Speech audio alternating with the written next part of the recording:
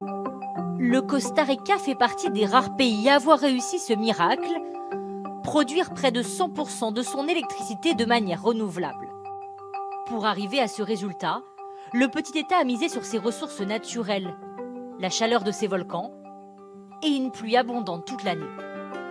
Cette eau est ensuite stockée dans plusieurs lacs artificiels et alimente 14 barrages hydroélectriques, comme ici dans le nord du pays, avec l'un des barrages les plus puissants.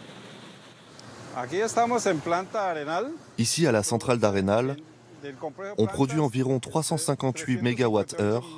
Ça correspond à peu près à l'électricité pour 551 000 foyers costariciens.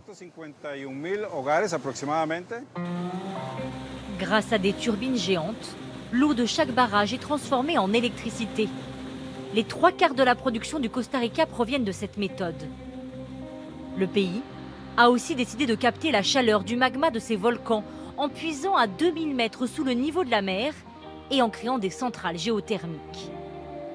Avec cette combinaison exceptionnelle de plusieurs énergies renouvelables, l'État réussit aujourd'hui à produire son électricité de manière indépendante.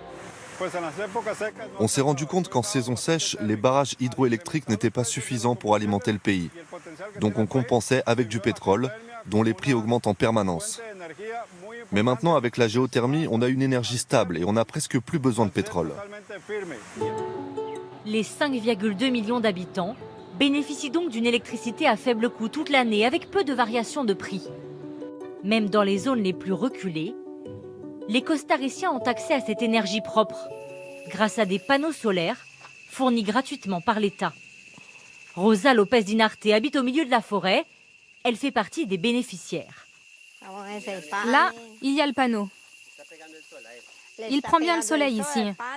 C'est de la bonne énergie. Désormais, la septuagénaire a l'électricité partout dans sa maison. Une petite révolution pour elle. Moi, je n'avais jamais vu de panneau solaire avant. J'ai trouvé ça étrange au début.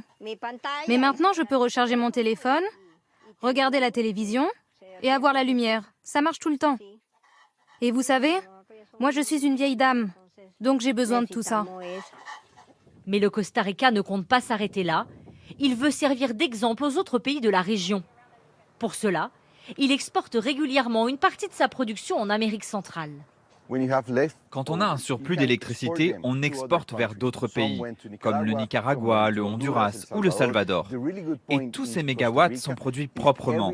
Donc finalement, avec notre travail, on réduit les émissions de gaz à effet de serre de tous les autres pays.